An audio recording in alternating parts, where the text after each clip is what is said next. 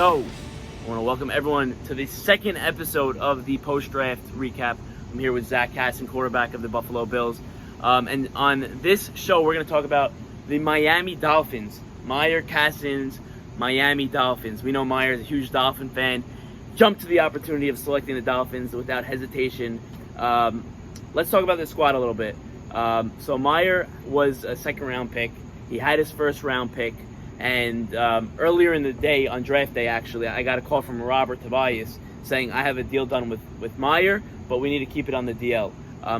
That trade didn't become official until the pick was on the clock because Meyer had other offers. But he ended up making that trade with Robert, trading down. He got 16 and 17 for 5 and 54. What do you think of that trade? I mean, obviously we know what Robert was doing there for you. I'm happy to play with Robert. I just don't think that... I think I think the talent at receiver is good, but there's a very limited talent at the all-star level, if you want to say like Robert, Al, Marty. I think after Robert, Al, and Marty, Meyer is the fourth best receiver in the league, and to lose his talent at receiver and then to go and get not an all-star... Right, so he had a chance at Al Sultan there. He said... For a second, he said, I have Al here. I got to take Al. But then he ended up doing the trade anyways. Yeah, I don't think it... I think it was stupid. He's too effective at receiver. I'm not saying he's not going to be a good quarterback, but he wasted his talent in getting, like Ajmi dropped all the way down. He could have got, like, a guy like Al and still got Ajmi, and I think his team would be a lot better than what he has right now. So Meyer has decided that he's going to be quarterbacking his team. Yeah. He passed on other guys. Like you said, he had Ajmi at 16 or 17, and decided not to take him. So his first pick wasn't until 16 because of that trade. He took Danny M. You said Danny M was better than Zachy, so what do you think of that pick at 16? Was there a better player than Danny, or was that the best player available? I mean, I think Mike Harari is the sleeper of the draft.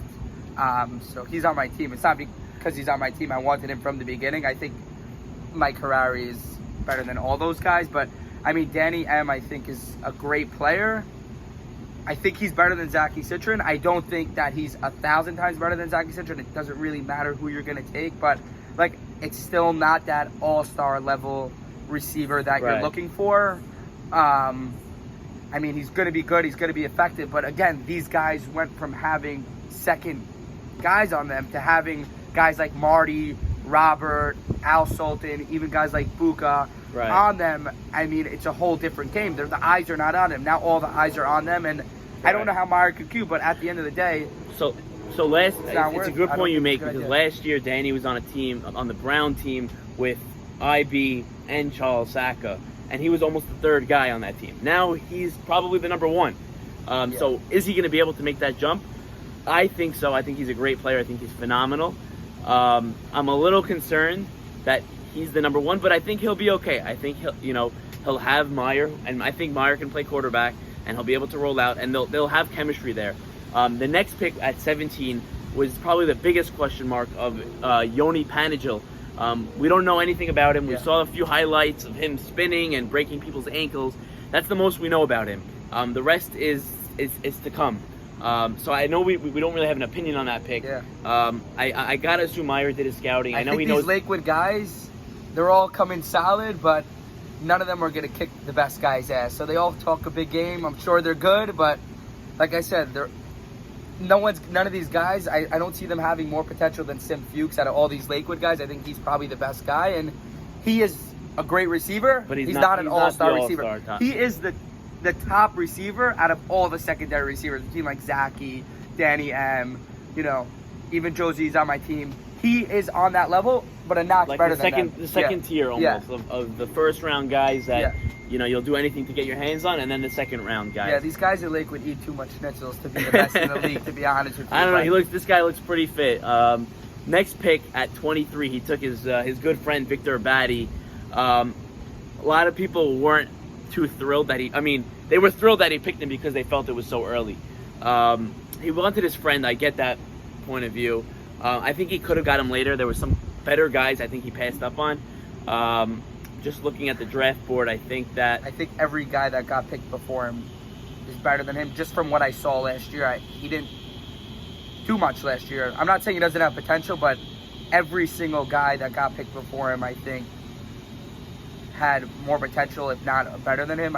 He didn't, like I said, he didn't do much last year, and especially when you have a team where he was on a team with Marty also, so Marty's getting and Siegel's not a shitty quarterback either. So if he's open, he's throwing to him. So at the end of the day, if he didn't do much with having Siegel and Marty, I don't see him doing much on this team. Number 2 without a Marty. Yeah, I mean, when you have a guy like Marty on a team, it brings so all much the focus distraction. is on him. Like a lot of touchdowns in the playoffs went to Sammy Eshko because all the attention was on Sammy. Yeah. Right. No, I definitely agree with that. His next pick was Alan Mustachi, the big guy. He's huge. He joined the league late last year. I think this was probably his best pick. Without this, his draft grade would be off the charts bad. This was a good pick for him. He needed some line. He'll be great for him on the line. He'll give him some more time. Meyer, we know Meyer. He can dance. He can move. Their D-line's going to be a problem, but their own. I mean, Alan Mustachi's definitely a good O-line. I played against him last year on the D-line, him and Ralph Hannon. He's not so agile, but I think on the O-line, he's very big, but he's strong. Yeah, but protecting-wise, it's going to be tough to get he's through good. him. It's going to be tough to get through him. His next pick was Daniel Braha at 37. I think no disrespect to Daniel Braha, but this was not the pick here. In my opinion, I spoke to someone else and they said no, he's underrated. But I think that again there were better players on the board. I think he's underrated here. You think that this was a good pick? Jack Mastery went at 39. So right, for Daniel Braha at 37. ABJ went at 36. I love ABJ, but he's got Butterfingers, and I think Daniel Braha takes a dump on him.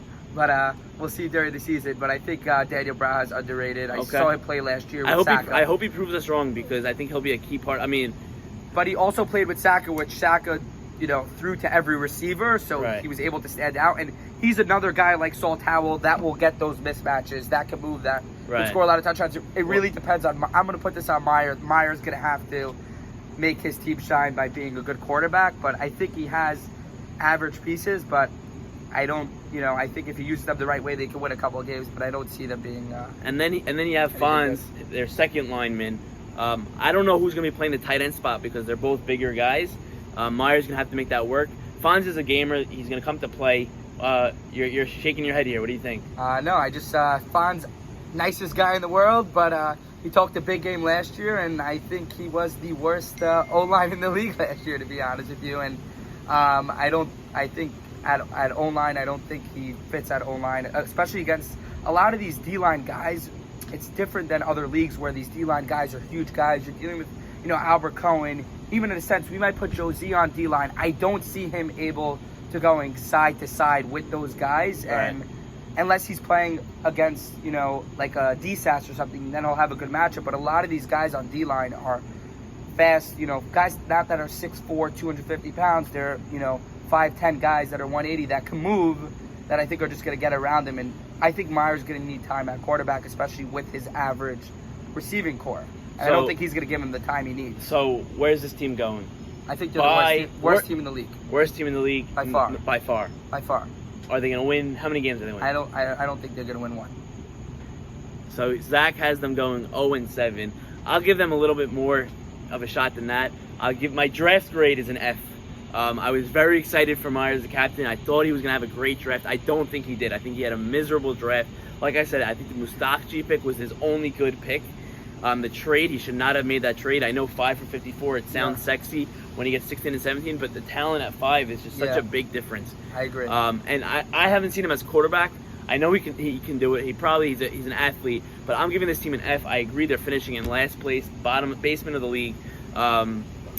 Will they compete? They'll be competitive. He could have been an average team if you drafted the right way, not taking 5 and 54. But once he gave up that 5 spot, he gave away his championship season. So he could have been average if he drafted right, but he didn't draft right. I think right now, if he traded Yoni Panagil for Mike Ashby and played a receiver, this team would be far better. That team wouldn't do it, but no. But I'm saying if they should even trade for Saul Towell and put Saul Towell. What I'm saying is Mike Ashby was available at 21.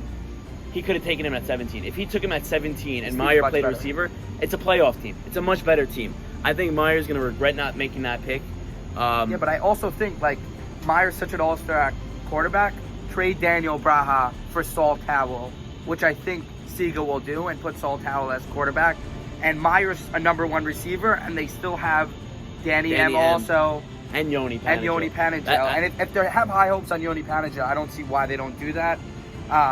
Daniel brought the Saul Towell at the receiving end. I don't think it's going to be a crazy difference. And I think having Saul Towell there would make a difference. All right, so that is the Miami Dolphins. We'll be there.